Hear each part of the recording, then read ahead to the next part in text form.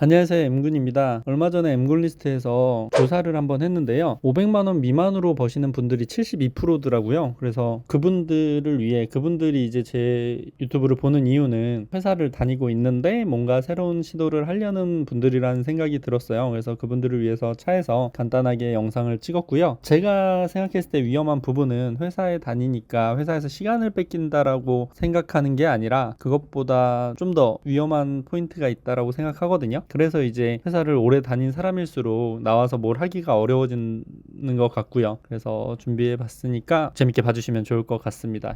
저는 일단 내가 하루에 오로지 본인의 생존을 위해서 쓰는 시간이 어느 정도 되는지를 확인했으면 좋겠어요. 남을 위해서 움직이는 거 말고 오로지 내 생존을 위해서 내가 스스로 파악하는 시간에 대한 게 궁금하거든요. 예를 들어서 회사에 다니면요, 예를 들어 한 10년 정도 회사를 다니면 본인의 생존력이 아예 거의 없어져요. 그들이 이제 본인들 생존을 위해서 여러분들을 이용한단 말이죠. 뭐 최소한의 뭘 해라, 그리고 여러분들은 그거를 하고 그게 어느 정도의 영향을 미치고 회사에 어느 정도 기여되는지에 대한 감각이 둔해지면서 그냥 월급을 받게 돼요. 그러니까 내가 지금 하는 거에 대한 노동의 가치나 내가 어떻게 성장하고 이런 거를 수치할 수 없게 된다는 거죠.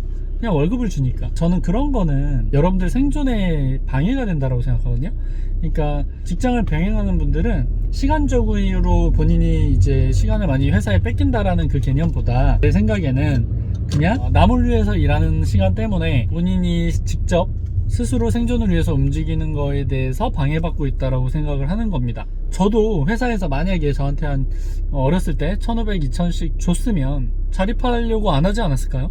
그리고 그걸로도 충분히 우월하게 살 수가 있으니까 안 하게 되는 거죠. 근데 그 2, 3천이 아니라 2, 300을 벌면서도 그렇게 자립심을 뺏긴다라고 한다면 되게 큰 문제가 있는 거죠. 그러고 나서 40대, 50대가 돼서 회사에서 필요 없어 있으니까 나가라. 어차피 부속품이니까 회사에서는. 그렇게 나온 사람들이 뭘 할 수 있나 보면 정보가 없어서가 아니라 자립심이 없기 때문에 또 의존하려고 그래요. 그러니까 프랜차이즈 같은 걸 확인한단 말이지. 또 내가 저기한테 의지하면 뭔가 받을 수 있지 않을까. 전 되게 비참한 게 특정 그 프랜차이즈 얘기가 아니라 라든가 아니면 또 이런 데 보면 딱 봐도 알바가 아니야. 나이가 좀 많으신 분들인데 노부부가 같이 하거나 그런데 표정이 좋지가 않아요. 1,000원짜리 핫도그 팔아가지고 여러분들 부자 될 수 있다고 생각하십니까?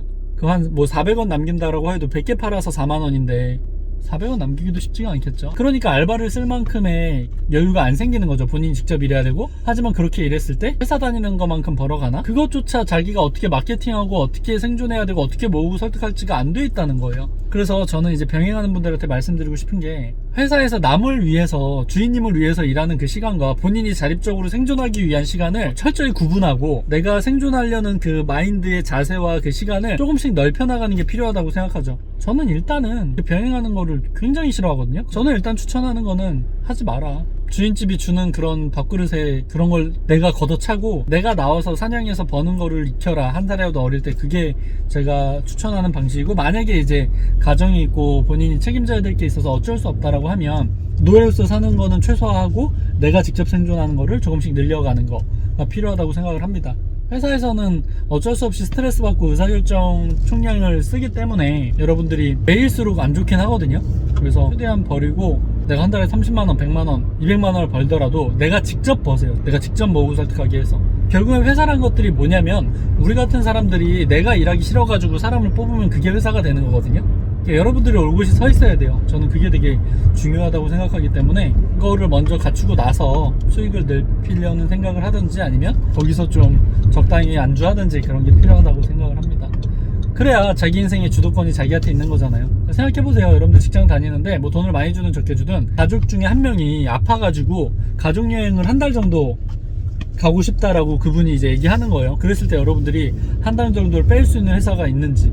근데 내가 일을 하면 많이 벌든 적게 벌든 더 중요한 게 가족과의 그 시간이잖아요. 얼마 안 남았다고 한다면, 그랬을 때 내가 그 선택을 할 수 있는 여건에 있어야 된다라고 생각을 하죠. 이제 여러분들이 자신의 인생에서 주도권을 찾아가는 저는 시간과 과정이라고 생각을 합니다.